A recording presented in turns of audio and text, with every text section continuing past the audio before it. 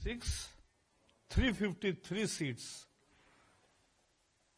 BJP के खाते में है।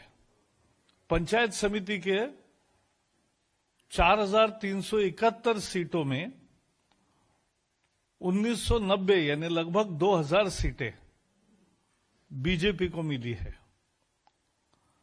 Out of 4,371, nearly 2,000 seats have been won by BJP. This is a huge victory. 21 जिला परिषदों का चुनाव हुआ, उसमें 14 जिला परिषदों में बीजेपी को बहुमत मिला, 21 में 14, और कांग्रेस को केवल 5 जिला परिषदों में बहुमत मिला है।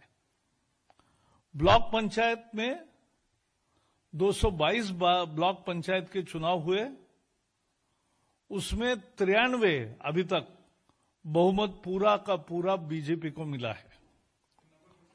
I will tell you, as far as zila parishad is concern, out of 14 जिला परिषद, out of 21 जिला परिषद, 14 have been won by BJP and Congress won only 5 जिला परिषद, ZPs.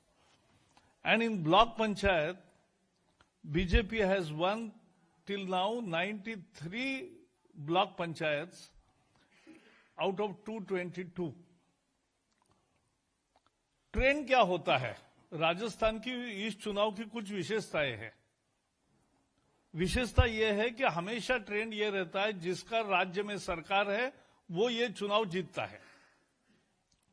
2010 में कांग्रेस की राज्य सरकार थी, कांग्रेस को जिला परिषद 24 जिला परिषदों में सफलता मिली और बीजेपी को केवल 5 जिला परिषद हाथ लगे थे। 2015 में बीजेपी सत्ता में थी तो बीजेपी को 21 जिला परिषदों में सफलता मिली थी और कांग्रेस को केवल 12 जिला परिषदों में सफलता मिली थी। लेकिन इस बार उल्टा हुआ। जैसा मैंने कहा, 21 जिला परिषदों में से 14 जिला परिषद में भाजपा को बहुमत मिला और कांग्रेस को केवल 5 मिले। ये पहले जो ट्रेंड चलता था ये बदल दिया कि मतदाताओं ने। अब मतदाता बीजेपी के साथ है और कांग्रेस ने क्या कुछ नहीं किया, डिलिमिटेशन किया लास्ट मिनट कि ज्यादा से ज्यादा जिला परिषद की सीटें हमें मिले, कांग्रेस को मिले, इसके लिए डिलिमिटेशन का एक्सरसाइज किया, पैसे का जोर किया, सब कुछ किया, लेकिन कांग्रेस की करारी हार हुई। इसमें जैसा मैंने कहा 2.5 करोड़ वोटर में किसान, सभी किसान ही ग्रामीण इलाकों के ही थे, तो सारे किसानों ने वोट दिया है। इसका मतलब है कि किसान करोड़ों की संख्या में राजस्थान में कृषि सुधार के पक्ष में है। This results vindicates BJP stand on farm reforms because farmers are approving it all over. Telangana में अभी चुनाव हुए, हैदराबाद के चुनाव आपको याद है, 49 सीट्स हमें मिली। जो सत्तारूढ़ दल है टीआरएस को केवल 55 सीटें मिली, हमें 49 मिली। लेकिन बात महत्व की यह है कि वोट टीआरएस से भी हमें ज्यादा मिले, बीजेपी को सबसे ज्यादा वोट मिले। और दुबका का जो चुनाव था, उपचुनाव दुबका विधानसभा में, वो बहुत क्रांतिकारी और महत्वपूर्ण था क्योंकि चारों ओर मुख्यमंत्री का खुद का, उनके बेटी का, उनके बेटे का, उनका सबका चुनाव क्षेत्र वही था, दामाद का। तो भी ये बीच वाली सीट जो थी हमने निकाली और हैदराबाद का वोट भी वही दर्शाता है कि तेलंगाना में भी बीजेपी को जनता पसंद करने लगी है बहुत तेजी से। अभी अरुणाचल के नतीजे आ रहे हैं। अरुणाचल में बीजेपी को भारी सफलता मिली है। 240 जेडपी के सीट में 96 सीट अनअपोज आ गए हैं, बाकी का वोटिंग होगा अभी। और ग्राम पंचायत में 8,291 सीट्स में से 5,410 सीट्स अनअपोज्ड। बीजेपी के सामने कोई चुनाव नहीं लड़ा और लोगों की पसंद से एकमात्र कैंडिडेट रहा, इसलिए अनअपोज चुनाव हुआ। ये अरुणाचल का ट्रेंड है और बाकी जो वोटिंग होगा उसमें भी भारी सफलता मिलेगी, यह हमें पूरा विश्वास है। राजस्थान के चुनाव की और दो विशेषता बताना चाहिए। इस बार मार्जिन बहुत ज्यादा रहा, हमारे जीत का और उनके हार का अंतर बहुत ज्यादा था। प्रदेश अध्यक्ष अपने क्षेत्र के गृह क्षेत्र के 2 पंचायत समिति पूरी हार गए। पायलट के उप मुख्यमंत्री पायलट है, उनके टोंक जिले में जिला परिषद बीजेपी ने जीती। 4 बड़े मंत्री जो सरकार चलाते हैं वो भी अपने जिला परिषद को रख नहीं पाए, जिला परिषद हार गए। यह आने वाले समय का ये एक सुचिन्ह है कि किस दिशा में मतदाता साउथ हो, दक्षिण हो, पूर्वोत्तर भारत हो, सब जगह कैसे जा रहा है। तो राजस्थान की जीत अकेली जीत नहीं है। अगर देखेंगे तो बिहार की जीत, तेलंगाना की जीत, राजस्थान की जीत, अरुणाचल की जीत, और ये किस स्थिति में? कोरोना है, महामारी का प्रकोप है और महामारी के साथ भारत ने अच्छी लड़ाई की और एक सफलता पाई है।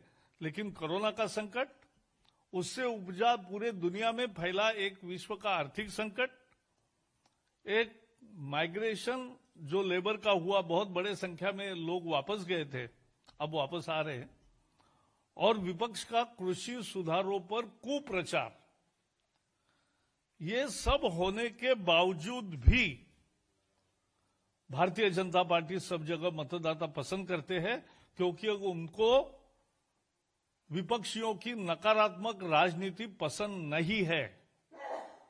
वो देश की तरक्की देखना चाहते हैं और तरक्की मोदी जी के नेतृत्व में होगी, ये उनको विश्वास है। पार्टी के अध्यक्ष जेपी नड्डा जी के कुशल संयोजन में जिस तरह से ये पूरे चुनाव का संचालन सभी जगह हुआ, चाहे तेलंगाना में हो, वहां तो भूपेंद्र जी प्रमुख थे, वहां डेरा डालकर बैठे थे, बिहार में हो वहां भी भूपेंद्र जी थे, तो आप एकदम लकी मस्कट हो आएगा हमारे। और राजस्थान में वो राजस्थान के है ही, और अरुणाचल, ये अरुणाचल में भी शानदार जो सफलता मिली है, इस सबको हमें खुशी है, लेकिन उसका ये राजनीतिक अर्थ है, ये हमें समझना चाहिए। Just to sum up in few sentences, the Rajasthan victory in local body election is phenomenal for BJP, and people, particularly the farmers of rural areas, have given a decisive mandate for BJP, defeating the Congress with large and huge margins. Out of 21 Jila Parishads, BJP has won 14 Jila Parishads and Congress has won only 5. In block panchayats also, BJP has won nearly 100 out of 222. And out of 636 Jila Parishad seats, BJP has won 353 seats. And out of Panchayat Samiti seats, 4,371 seats, elections were held. BJP has nearly won 1990, that is nearly 2,000 seats in these elections. So that's and this is actually reversal of the trend. The trend in Rajasthan used to be that whoever wins the state assembly elections wins the Jila Parishad elections, followed after 2 years. That happened in 2010 when Congress was there. It happened in 2015 when BJP was there. But in 2020, that trend did not work, and people voted in favor of BJP this time, not in favor of Congress. And Congress did everything, every trick. So this is a farmer's mandate and a vote for farm reforms.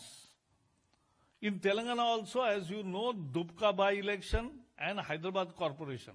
And in the Hyderabad Corporation, we have won more votes than TRS party, the ruling party.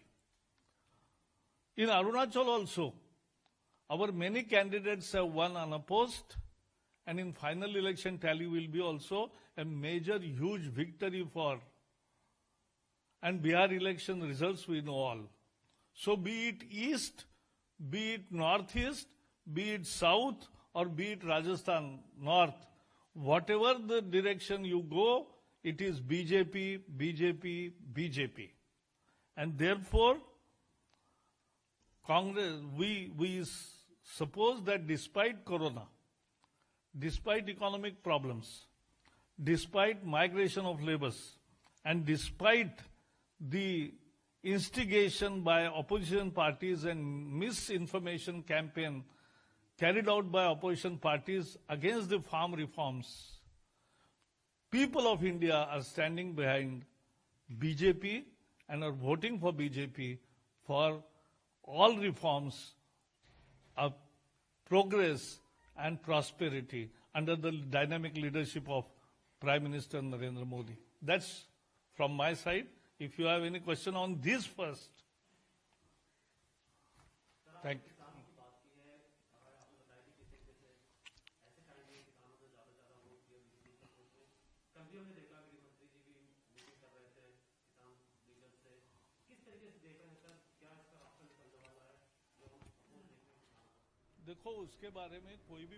All right, an important press conference there being held by Union Minister Prakash Javadekar. He's talked about the big win for the BJP in the rural elections that have taken place in Rajasthan, the Panchayat and the Zilla Panchayat elections. He's also talked about how there has been a huge win that's been registered for the BJP in Telangana, in Bihar, as well as in the local elections in Arunachal Pradesh, where BJP candidates have won unopposed.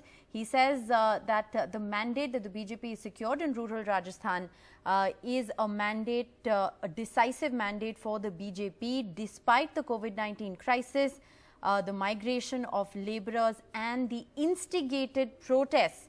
That, of course, is a reference to the farm law protest that is in fact taking place. So it's a very interesting jibe that the BJP has taken, claiming a big win in these elections as a mandate in favor of the farm laws as well. Let's just put the Rajasthan story in context for our viewers. It's been a setback for the ruling Congress party in Rajasthan in the 21 districts out of 33 that had local body elections in November. Now, results are coming out only now. 21 districts out of 33 have voted for the Panchayat Samiti and the Zilla Parishad polls, but the Congress has taken a beating in the areas that went to the polls of the Zilla Parishads or the district level boards. The BJP will dominate 13 out of 21, and in the Panchayat Samitis or the block level boards, of the 222 that saw voting in 4 phases this November, the BJP has an upper hand in 93, the Congress in 81. Also interesting is the emergence of new parties like Hanuman Beniwal's RLP. While Harsha has been reporting on this story, she has more. I think what's really worrying for the Congress is that it is in rural areas which are considered traditional strongholds. So for example, even if you see a tribal belt like Dungarpur, there you see the emergence of the BTP. Now the BTP just has 2 MLAs in the Rajasthan Vidhan Sabha, but it's going to dominate the Zilla Parishad. So the erosion of rural voter base is worrying, because recently in the local body polls in the cities, the Congress had managed to get 4 out of 6 that made their mayors there. But here, if you know, the BJP is going to dominate, and if you go lower down and you see the block level Panchayat Samitis, then there's only a difference about 10. So definitely the power vacuum in the Congress after Pilot's exit, because Pilot was the Congress party chief as well, apart from being deputy chief minister. The new party chief has not been able to put his act together. Ashok Gehlot trying to do a balancing act in the party, not making political appointments because he doesn't want to upset or rock his boat. It's already been rocked rather badly in August. So he is kind of trying to do the tightrope walk, but I think they're paying the price for that because a strong organization is very, very important for local body elections, and in this case the writing is clearly on the wall.